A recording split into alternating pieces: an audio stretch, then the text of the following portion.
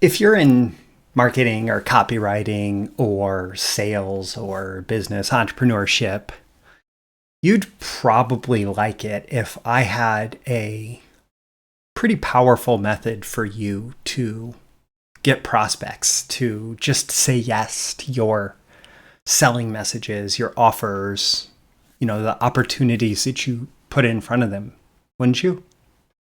I imagine you're nodding your head right now thinking, I'd like a powerful way to get more prospects to say yes to me. Absolutely. Yeah, sign me up, right? And I've already done it. And your answer, yes, to that question, your response was the yes that we're talking about. So today I want to teach you about a subconscious persuasion secret that does get your prospects to say yes, and it gets them to say yes over and over again to the point where when you finally do put whatever the ultimate offer is that you're going to put in front of them, they're much more likely to say yes to, say, pulling out their credit card, like whipping out their wallet, pulling out their credit card and spending money with you. And it's really simple, and it ties together a few principles from hypnosis and NLP, neuro-linguistic programming, and selling, without it being like it's not like it's not deceptive or anything like that. It's all in the open. It's all very visible if you're looking for it, and it's all normal speech patterns. Like it's all normal things that people say and use in conversations all the time. So if I can give you this tool that's super powerful and ties into the principles of hypnosis and NLP and effective salesmanship, but doesn't require you to be like some sleazy subconscious persuader, just like covert persuasion methods, whatever, but still have all that power and do it using like regular conversation and be more effective in your persuasion, you'd probably like that, wouldn't you? I think so. So what I've been doing, what I've been looping in here is something called tag questions. And I learned about tag questions, or at least I associate them in my head with Mike Mandel, the hypnosis trainer. And he talks about them as one of many types of hypnotic language patterns. But basically what you're doing with these tag questions is you're throwing a little question on the end of a statement. And you are basically, it's a yes-no question where the answer is pretty much always yes. And so, for example, these are used in setting up a hypnosis session where you want to get agreement from your subject, from the person who's come in for hypnosis treatment.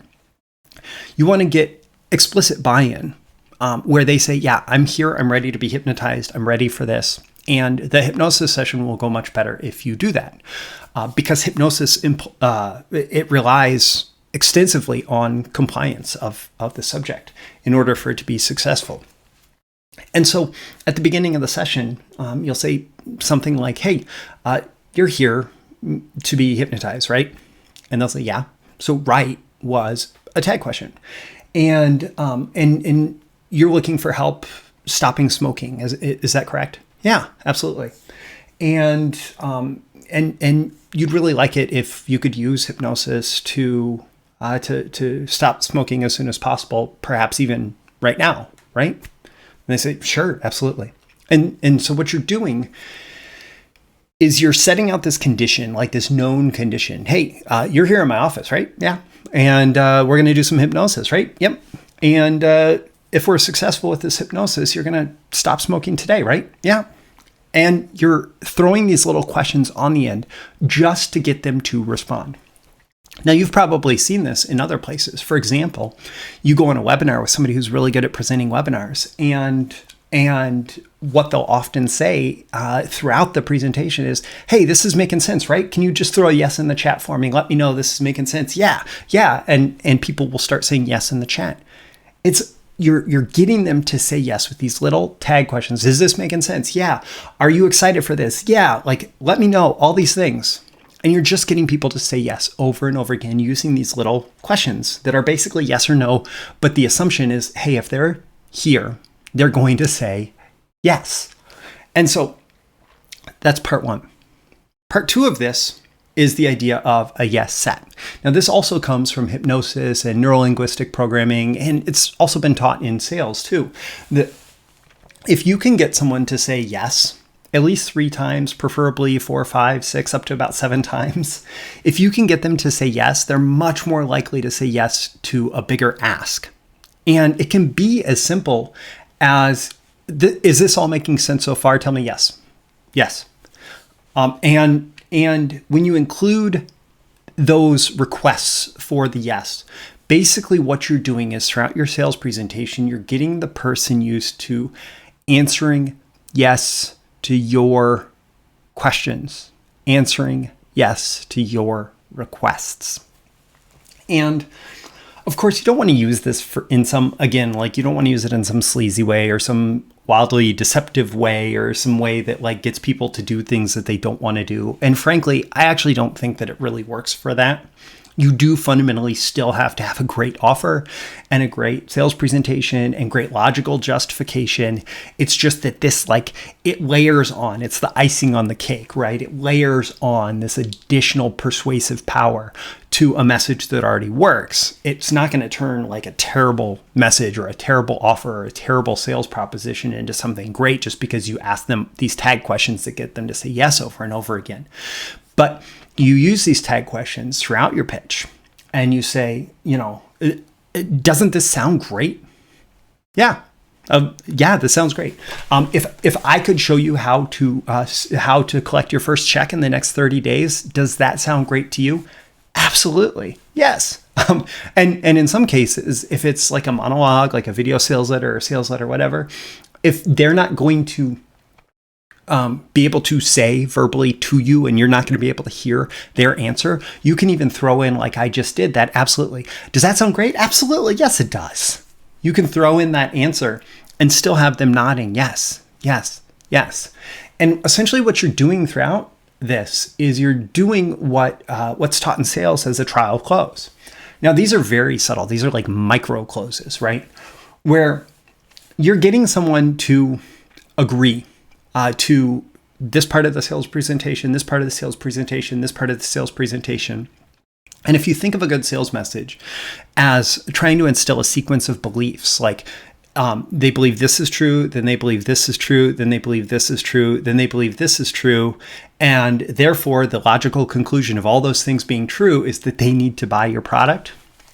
If you think of a good sales presentation as instilling that sequence of beliefs, what those little micro closes are doing, if you tag them on at the end of the different beliefs that people need to have in order to be predisposed to want to buy your product, what you're doing is you're essentially getting them, oh yeah, I agree with that belief, I agree with that belief, I agree with that belief, I agree with that belief. And at the end, when the conclusion of all those beliefs is this product is exactly what I need to solve my problem, well, at that point, it becomes kind of inevitable that, hey, it's time to buy.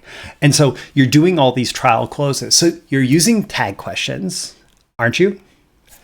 To create yes sets. Yeah, that's absolutely what you're doing. And your prospects are nodding their head, yes. In the form of trial closes to get them saying yes throughout, so that by the time you get to the end of the sales presentation and you ask them to, click that button and go to the order form and fill out their information so they can get this immediately, it becomes just the natural next yes in a series of steps that have gone on from the beginning to the end. Now, I do want to say that I recently I wrote a promo, and one of the things that I did at the very end is I went back and I just reread it once and looked for every little opportunity to add in just a little question, a little statement like this that got a little yes. And that's pretty easy for you to do, isn't it? Yeah. At the end, you've put together your sales message and you've basically said everything that you want to say. And then you could probably go back if you wanted to and just read it one more time, because you're probably reading it a few times anyway, aren't you? To do all your line edits, and you go back and you read it one more time, and you're just looking for a place to get them to nod their head yes. And can you find something like that? I'm sure. And when you find something like that, can you add a little question like this one where you get them to say yeah? Probably. And if you do that and you have them saying yes over and over and over and over again, then when it gets to the point where you're actually asking them to say yes to your main offer, it just becomes more natural for them to say yes. My name is Roy Furr. This has been a video episode of Breakthrough Marketing Secrets. I'd love if you could leave a comment below on a scale of 1 to 10. How valuable do you find this idea? And also how easy to implement? And like, what are your big takeaways and action items from this? Also tap that like button before you go so you get more content like this delivered to you. And so the magical algorithms of the internet know to share it with more people like you who will find it valuable. You can certainly share it with folks directly, and subscribe before you go. You can subscribe here. You can also go to breakthroughmarketingsecrets.com, get my daily emails Monday through Friday, including these video episodes and more exclusive content for email subscribers. And finally, I'm pulling a lot of the content for this lesson out of my sleight of pen training, which is, it's about hypnotic language and NLP and persuasion techniques for copywriters and marketers. And I teach all sorts of different types of hypnotic language patterns and how to apply these different principles into your copywriting and marketing. And it's not like, oh, here is the structure of a hypnotic sales letter, because good sales letters are very hypnotic by nature. But the principles apply throughout any kind of persuasive messaging. And this is specifically looking at all of the teachings of hypnosis and NLP and advanced persuasion, and asking, how can I, as a copywriter that needs to get response from my copy, use those different principles? And so I'll include a link to my sleight of pen training as part of BTMS Insiders with this episode, and check that out. BTMS Insiders, it's like Netflix for copywriting and marketing training. So you pay one monthly fee, you get unlimited streaming access to everything as long as you remain a member. And there's a ton of great content in there, over 100 hours of quality training on copywriting and marketing, including that sleight of pen training. Again, Roy Furr for Breakthrough Marketing Secrets. I always aim for 10 out of 10 value. Hope that I've delivered it here, and I look forward to seeing you again in your next video issue. I'll see you soon. Bye.